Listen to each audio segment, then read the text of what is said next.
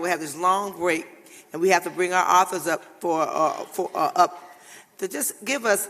We know you all are working in different kinds of areas, but whether it's be in education or whether it be around issues of health or wealth, what do we folks need to know about? If it's about an issue, Letitia, like you, I know who you're representing. What do folks need to know as they leave here, so that we all can be healthy, wealthy, and wise, whether it be education or it be health, whether it be So we can start. I'll start with Felicia, and we'll go right. Start with you and then end with Letitia. I don't mind. I'll say one of the things that I would love for us to know. We're all on a journey. None of it. Please don't be mistaken that because we're sitting here, we have it all figured out. Jesus, we do not. But what I will say is that where you're trying to go, someone's already been. Mm-hmm. So if you don't know about I'm intrigued by the sister in the finance. How many want to be wealthy with a big bank account? I do. Find a financial planner who can help you get to those goals. You want to own a home. Find a sister that's a real estate agent. You want to work out more. Find a personal trainer that's a sister that's been doing it. So everything that you want to do, 10 to 1, someone's already done it. So don't be afraid to open up your mouth and say, hey, I have an interest in this. Will you be willing to help me? So I think that's the biggest takeaway I'd like for you to leave.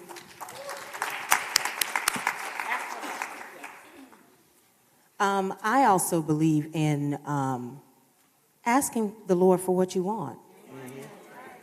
When I decided to do this, I just put it out into the atmosphere, and I said, okay, you've given me all of these passions. You've uniquely skilled me to do something. I need your help. And this weekend, I literally said, you know what? I need to know which organizations are out there that are seeding Black-led female businesses. And then today, this is on the table. You have to not only pray for guidance, leadership, and direction, but you have to position yourself. Be in the right place.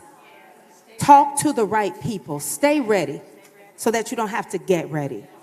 Leverage your relationships. Because of my years as a broadcast journalist and in the radio industry, I can lean on Radio 1 Raleigh.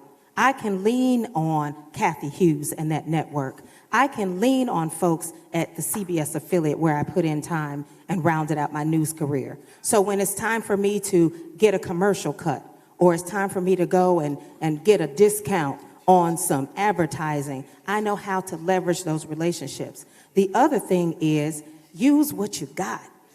You don't have to go out there and reinvent the wheel. And don't be afraid to ask for help. We don't know all the answers. It is someone out there who can mentor you into this next level in your life. And so we have to be vulnerable. Too many of us are in this whole, I don't want nobody in my business. Well, as long as you sit there talking about, I don't want nobody in my business, you are going to stay stagnant. And the way that you win is to gain momentum and align yourself with the right women. And those women are usually Black women.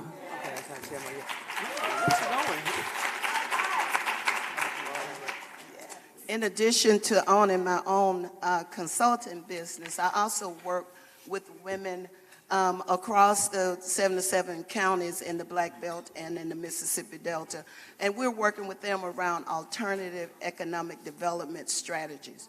And we take it to the grassroots to a certain degree, because one of our groups of women has formed a farmers cooperative in the Mississippi Delta.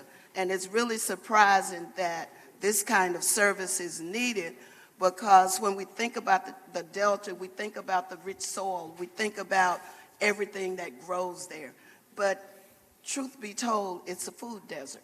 So people in that rural community are driving up to 25 miles one way to a grocery store to buy fresh produce.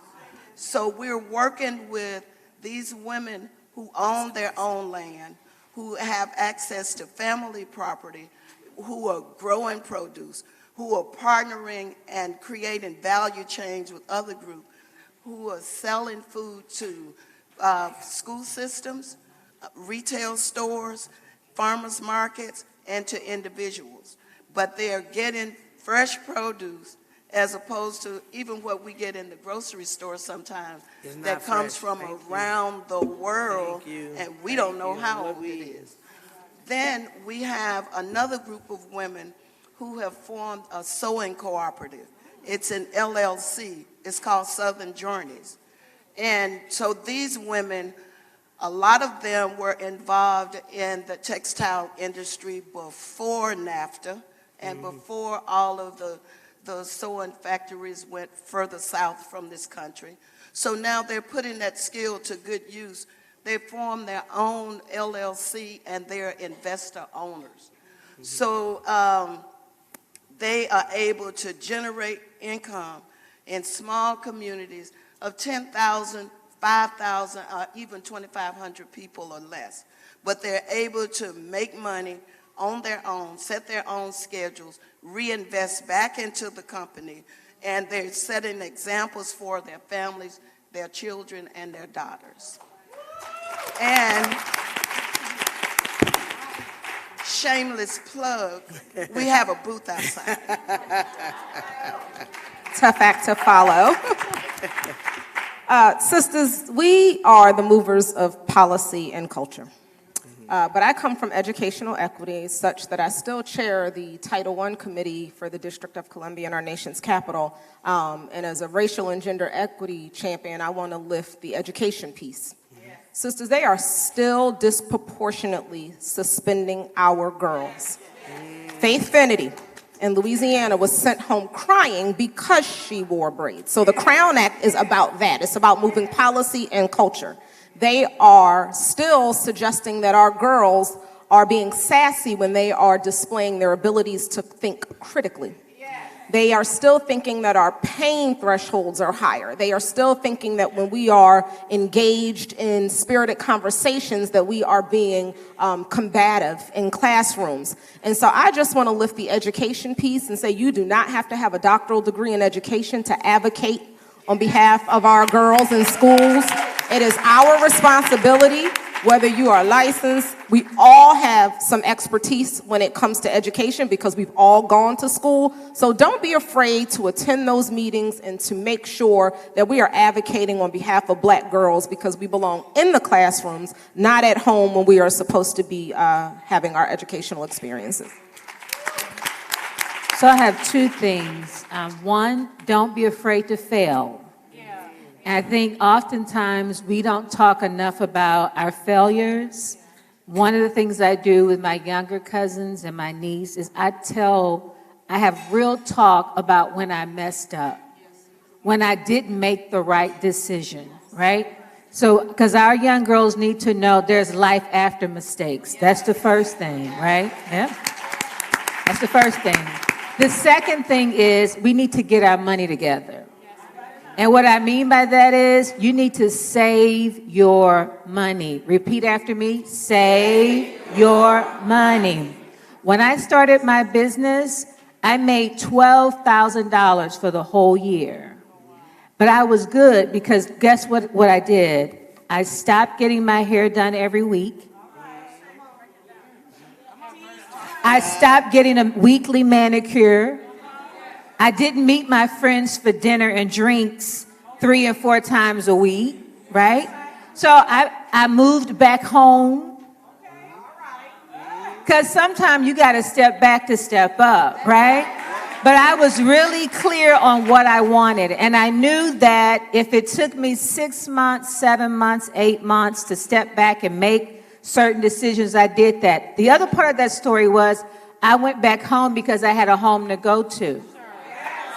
And another thing we have to do for our families, even I know we talked about this, is you invest in what you love. I am where I am because in 1881, 4 Black men fought to buy acres of land. And I'd always have a home to go to. And so I believe that if we, one, share our failures with our daughters, and secondly, I mean it, save your money. Y'all see all this crazy stuff going on? You better save your money and have your money together.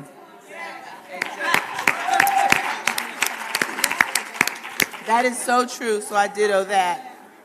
So as I mentioned earlier, I work in the public health policy space, and a part of what of my work entails is fighting for policies that would provide health equity to us. We have a lot of policies that are passed that are population-based policies, but we are actually left behind in a lot of them. And one of the issues that we're working on, that I'm working on with my client, that was just successful in passing, is focusing on the youth tobacco target. The tobacco industry is targeting our young people. We have our young people that are using e-cigarettes at large numbers. So we just passed a bill that was supported overwhelmingly by the majority of the Congressional Black Caucus, which we really stand with them on. They stood with us on it, in banning flavor cigarettes. The tobacco industry is putting candy flavor in our cigarettes and the e-cigarettes to target our children, to create a new generation of customers, because their product is the only product that, if used as intended, will kill you. So that's the space that I'm working in. We were fortunate to have the support of the Black Women's Roundtable, and we will continue that fight. I work on other issues on the intersection of health equity for us, to make sure that our issues are on the agenda and at the table as it relates to us being able to live healthy lives and having the things in our communities that we supposed to have, to be able to live healthy, eat, exercise. Something as simple as walking paths. But basically what I'm saying is, when we pass legislation, most of that legislation is not intended for us. And so I am working on the space where we are targeting specific legislation that is for us, that is for our health, that is for our benefit, and most especially for our children. So I'll leave it at that.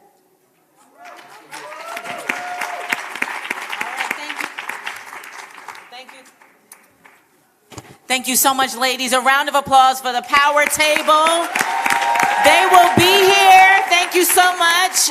We are going to move into our next final discussion. We're going to move into our final discussion. We'll be done in approximately 20 minutes, but I want to thank our Power Table. They are here, so you will have an opportunity to connect with them as they leave the stage. We are going to move into the next panel. I think we're going to take a quick photo. Nobody leave. And here's what I want to say. How much are these slides? 60? Yeah. So I saw, no judgment. We're getting ready for a photo. We're going to give out some prizes, but you have to be in the room. I'm just going to say that. Because as a young girl, I wish I had the opportunity to be in rooms like this. And it's important to stay in the room. It's important to stay in the room and to soak up the energy and the gems. And so we're giving away some things. Okay, here we go. 1, 2, and 3. Beautiful. Yep, I got it. Stay there, y'all. Don't move. Oh, okay. You got it?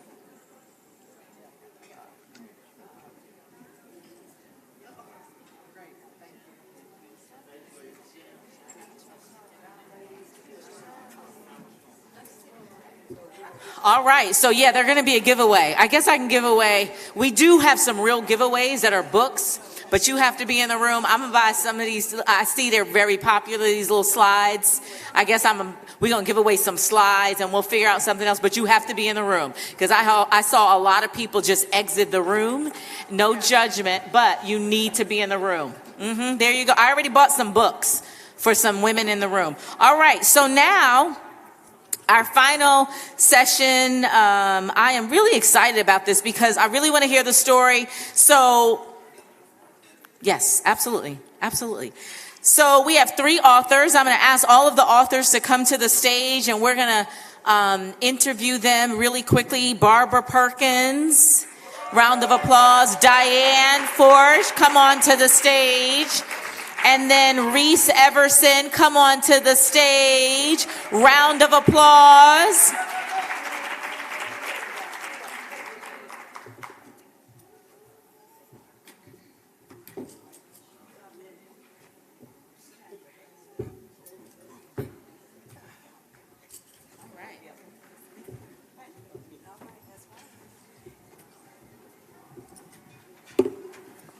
All right.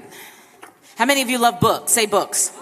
It's important to buy books, and it's also important to download your story. The gift is not for you, whatever it is that God gave you.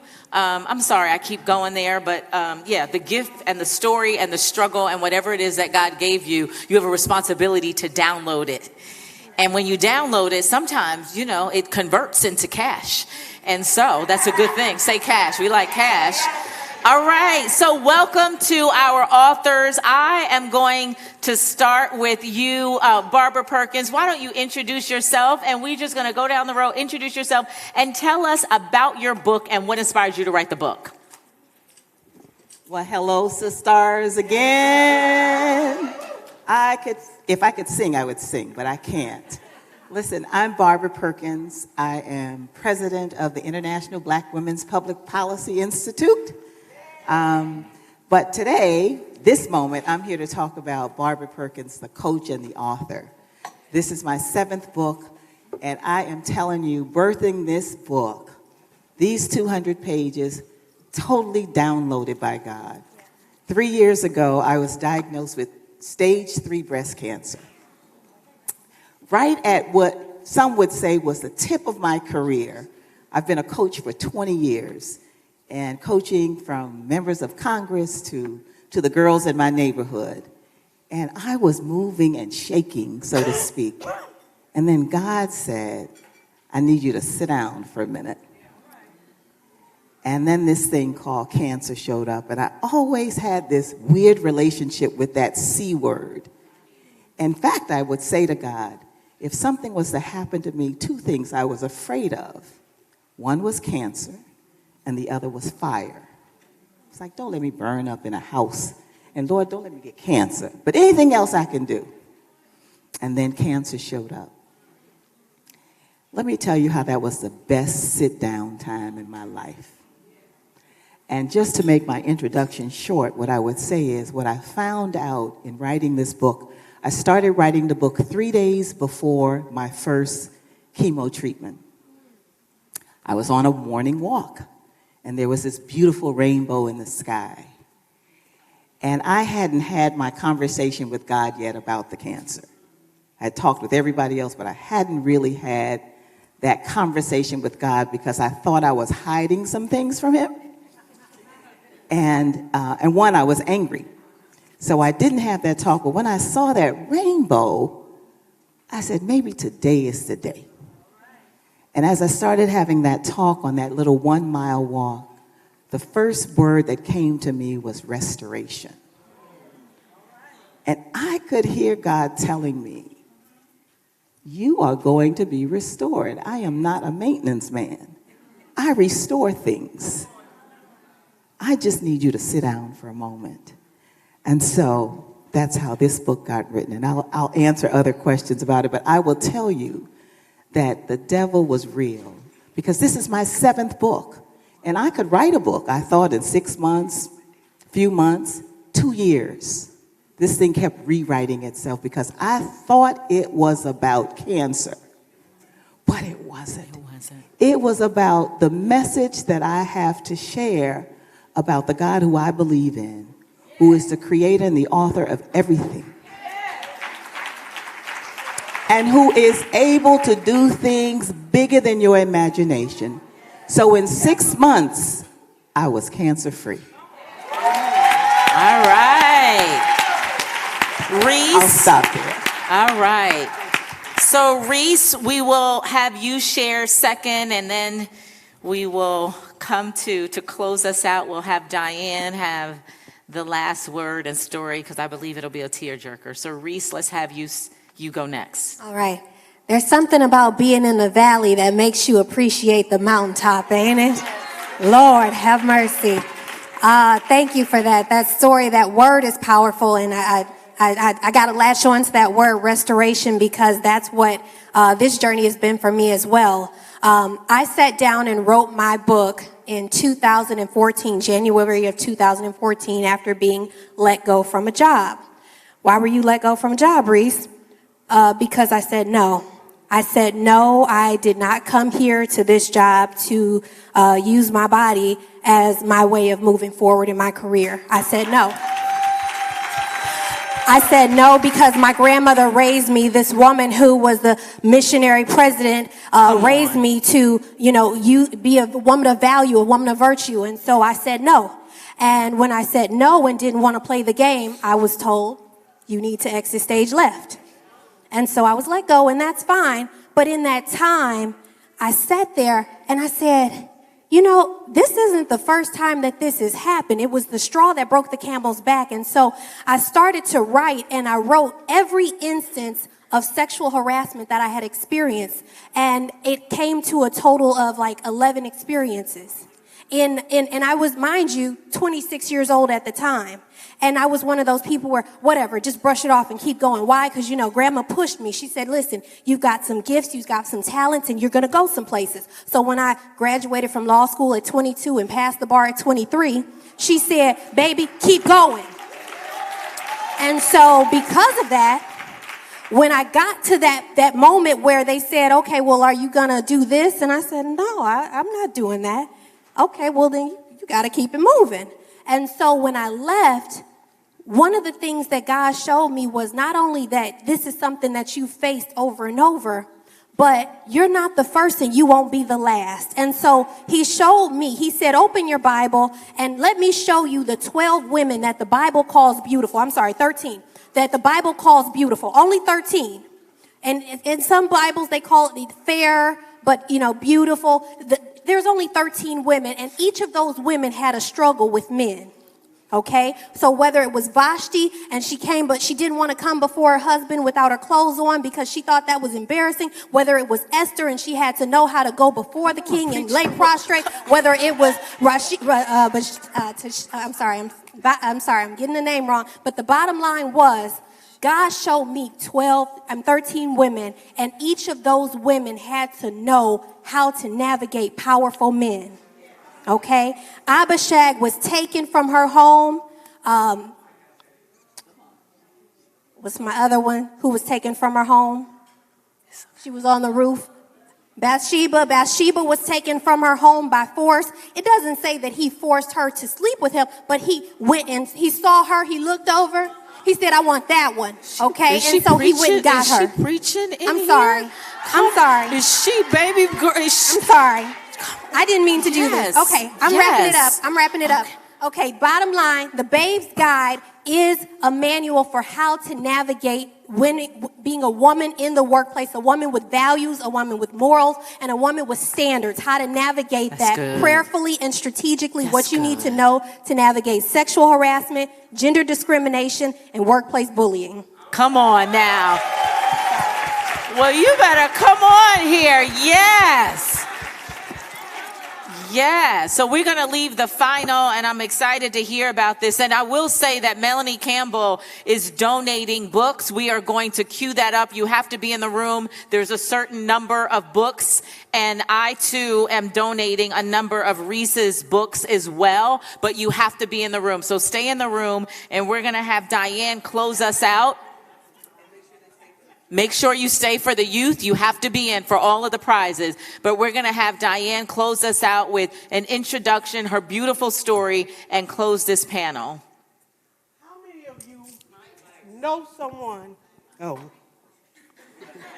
How many of you know someone or have heard of someone that has autism?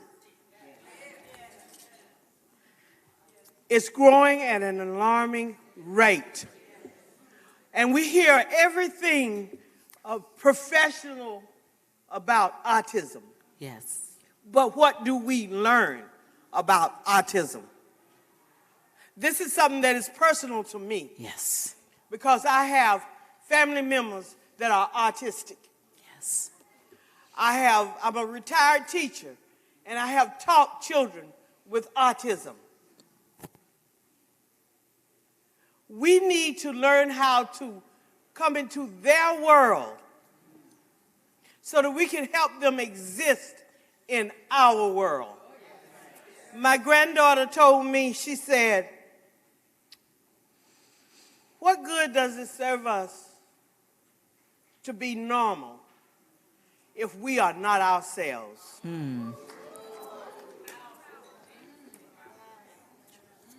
That's telling you a lot. It's not a fixed cure.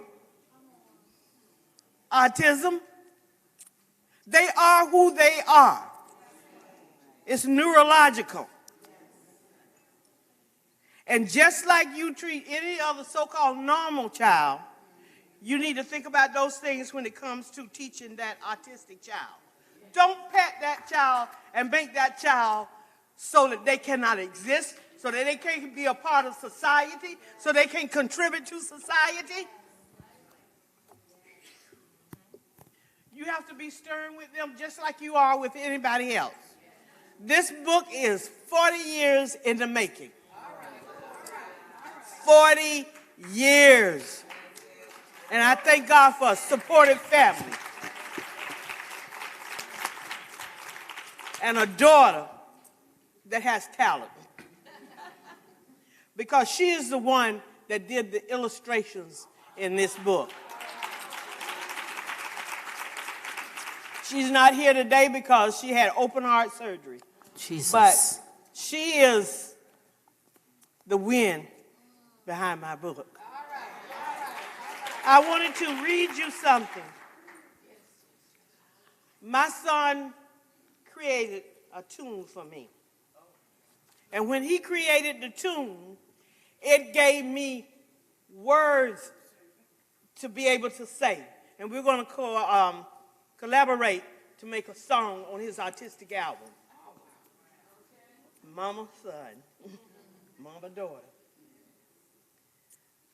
I'm proud of who I am.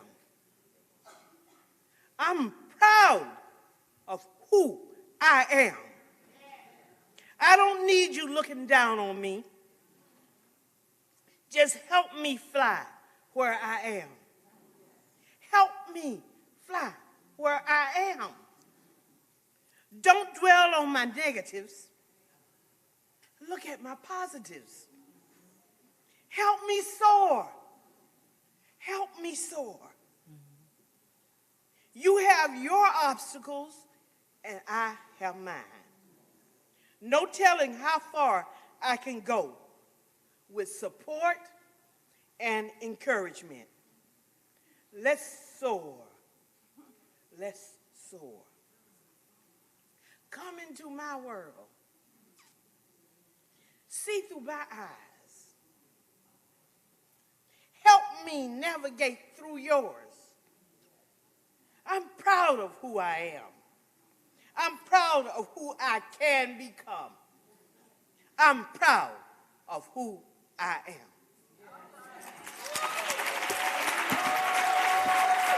Thank you. Thank you. Thank you for everybody in the room.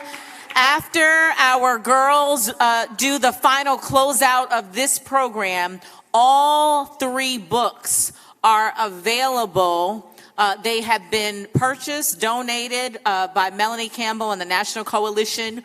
1 book per person.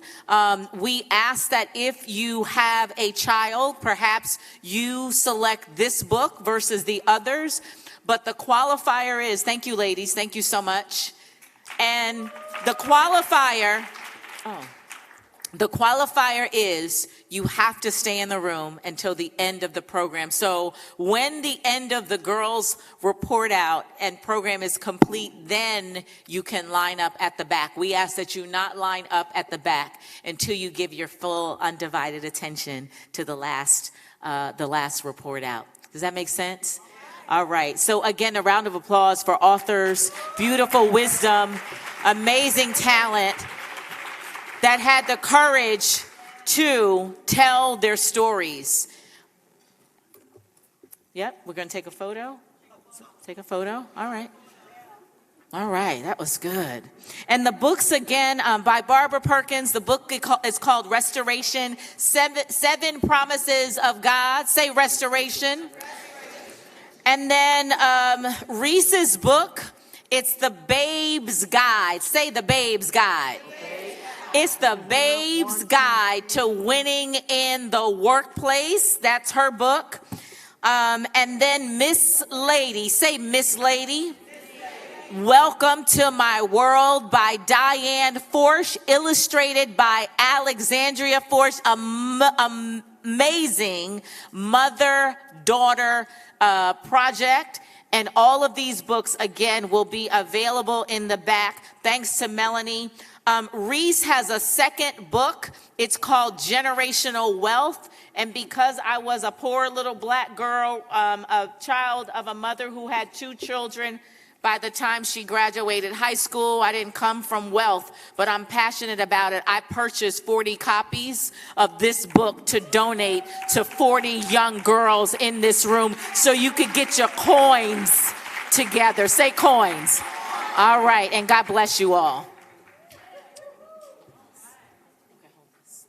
So now I'm going to call up my friend, powerful and amazing sister, girlfriend, comedian extraordinaire, a lover of all things girl, family, and just a funny and a real down-to-earth sister. Her name is Michelle. A round of applause for Michelle right now.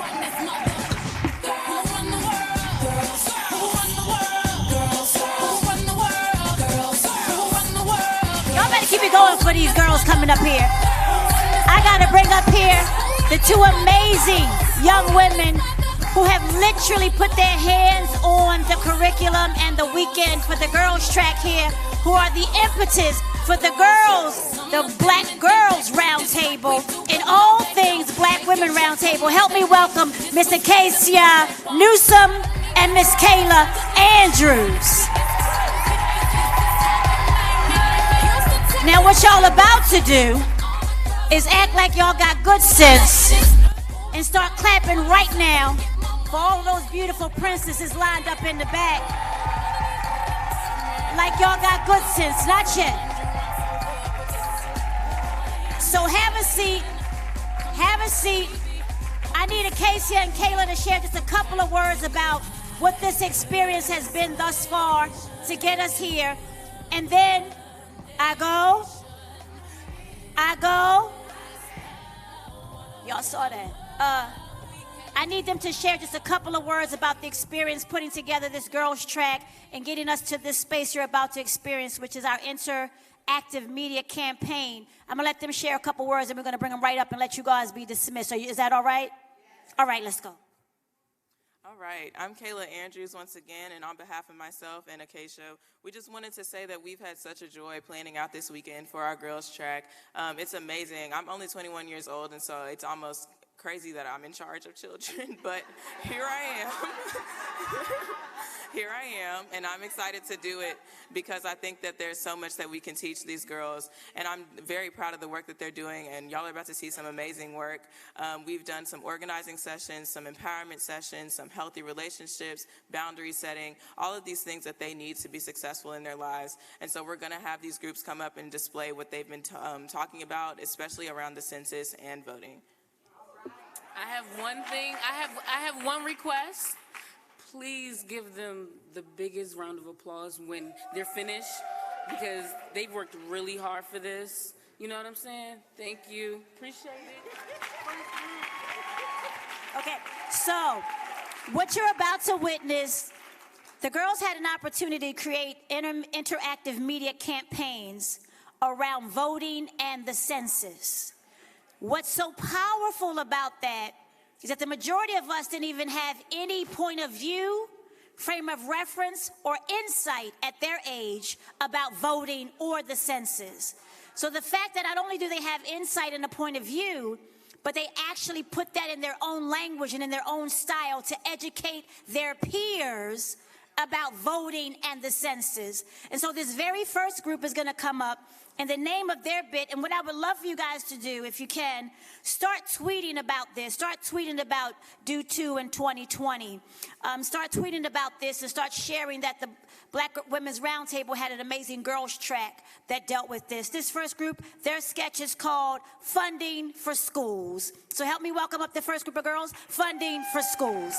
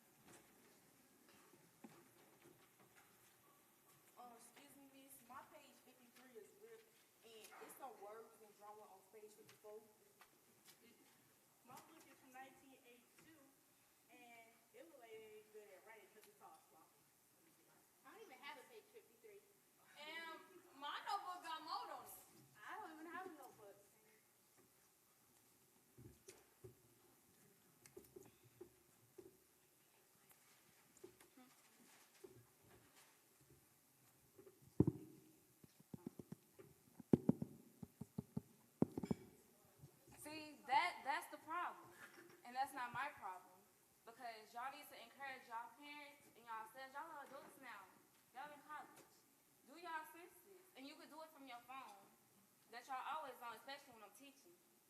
So ain't no excuse.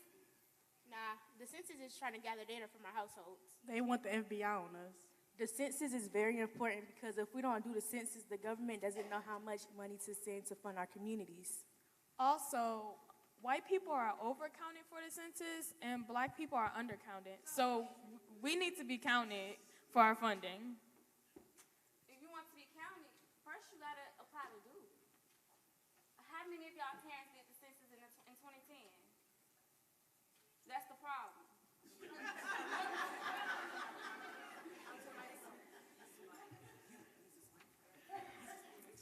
See, that's the problem. Encourage our parents. Do it more than once. And that's how white people got. Wait. Y'all talking about census, what about voting? When we talk about voting, we always talk about the presidential election, but we never talk about our municipal elections. Those are very important because if we get the right people in office on the municipal level, then we can have better presidential candidates. We all talk about. Oh, I'm not voting, period. Oh, so you saying you're not gonna vote? No, Is that what you're saying? Wait a minute. Y'all not finna do this in my classroom. Have a seat. Have a seat. Everybody. You know what? Y'all can get out with all of this. The bell finna ring anyway. Everybody just chill and vote. Period. Every vote matters, period.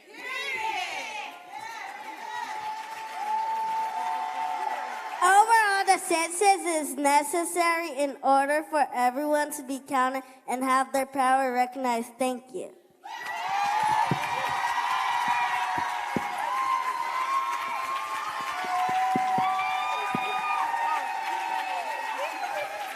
I'm gonna need y'all to say period.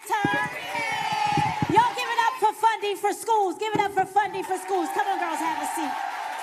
Have a seat. Have a seat. That was our first group. So proud of them. So our next group of girls, we only have 2 more. This group sketch is called I Didn't Know That. Y'all welcome up to the stage. Come on up, girls. I didn't know that.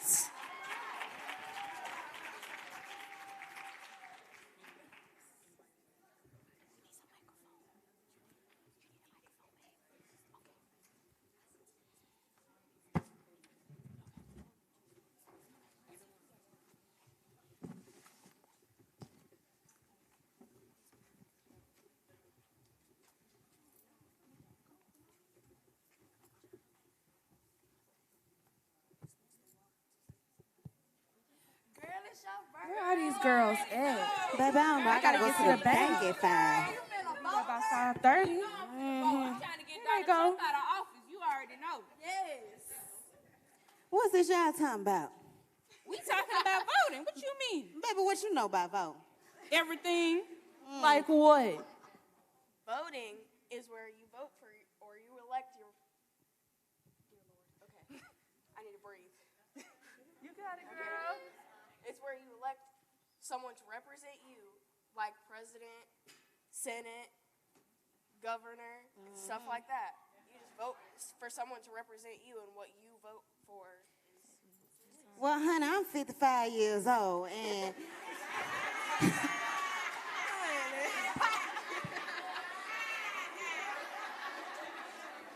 and I ain't voted yet. You see who in office, so does it really make difference?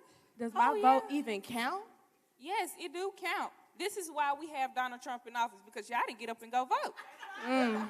Did she just say that, I child? think she did. I think she forgot that she talking to her mom. and Okay. her auntie. We just gonna give her the benefit of the doubt. But continue.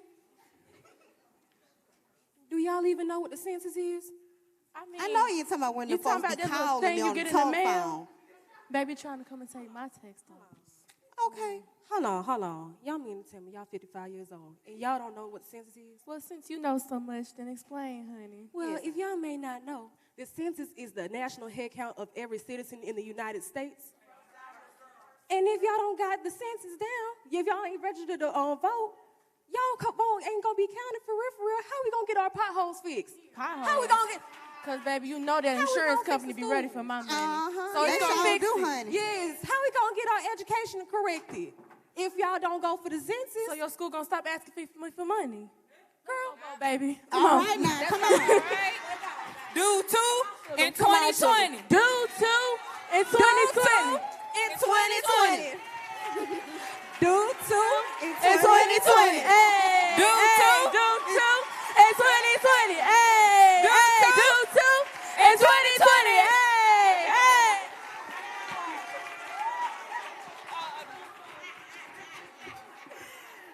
Y'all keep it going, keep it going. Keep it going. Keep it going. We got one more. We got one more. Are y'all loving these girls or what? This last group of girls, their campaign is called Lunchroom Chronicles.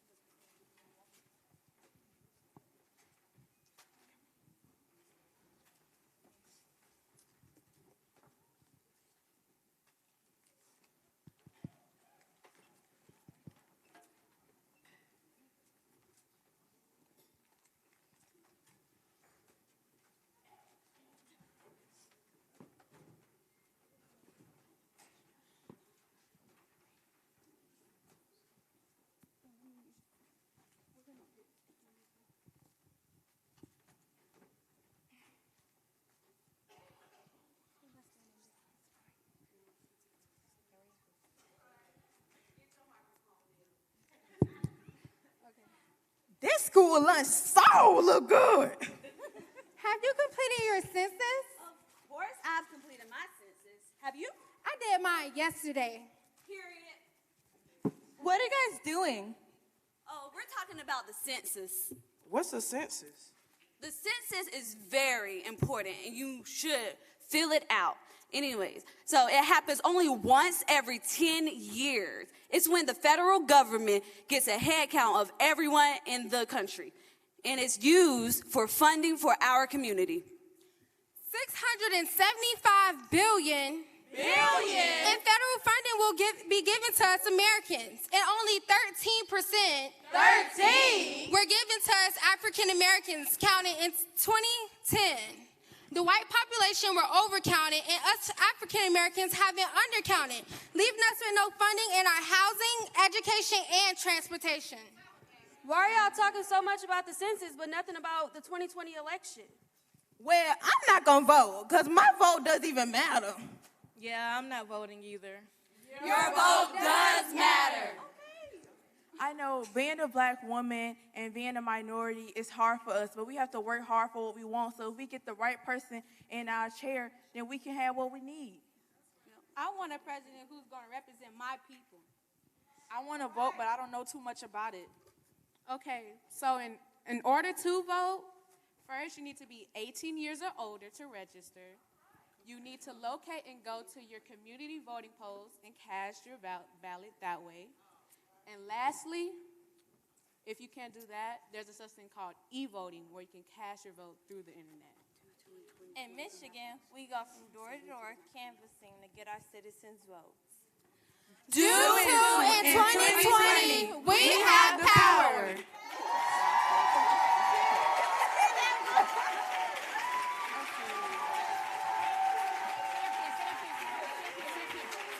I need all three girls, sketch groups to come back up. Everybody, come back up here. Get behind there. Y'all better get a picture of this, because this is history. Right here at the Black Women's Round Table.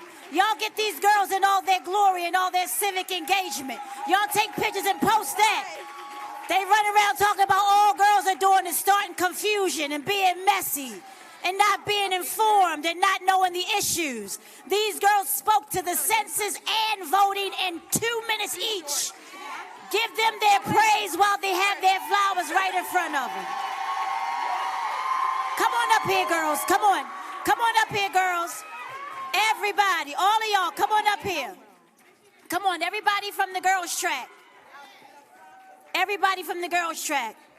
See, we don't believe that the children are our future. We believe they're our present right now, right here today. So the investment should be a continuum. Get in there. Y'all two get right in the front, right next to Mel. Casey and Kayla, get right over there. You all let Casey and Kayla in there next to Miss Melanie. Let them get right in the middle. And the SEIU sponsor. And I should be in that picture somewhere. I'm about to slide across the table and lay on the table. I'm about to lay on the table. Letitia Daniels Jackson, if you're a sponsor, can we give the girls an awesome round of applause? Woo! D, get up here. D, Letitia Daniels Jackson, aren't you a sponsor? Okay. Any other sponsors that came in the room? Michelle, Indy Mom, can we give her a round of applause? Acacia.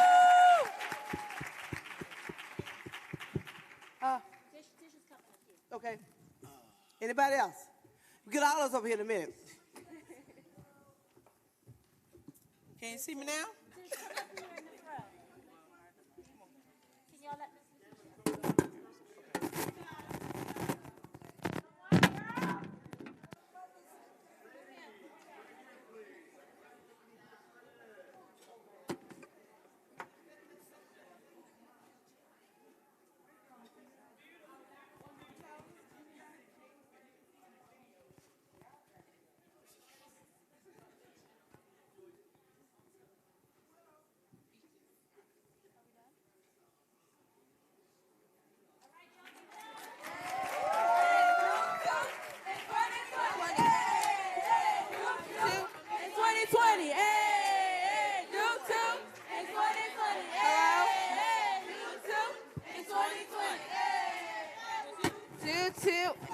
In 2020.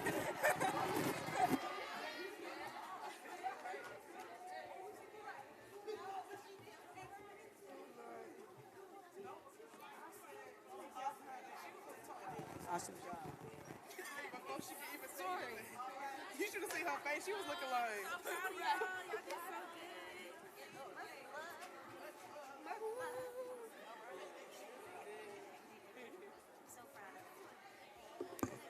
D, need your glasses, D? All right, y'all, give them one more round of applause. I know we had promised you all to get out of here at 2 o'clock, but I think that was worth waiting on. Due to in 2020. I know, and we know, and I know we all know, the census is about all people being counted. And somebody said, well, you know, you can't vote. Some places, not just where black people live, some people do use technology. Well, Felicia, we went to Nevada. Some people do use technology. Overseas, it's technology. People do vote online. That's not where most of where we are. So we all are clear that they were clear.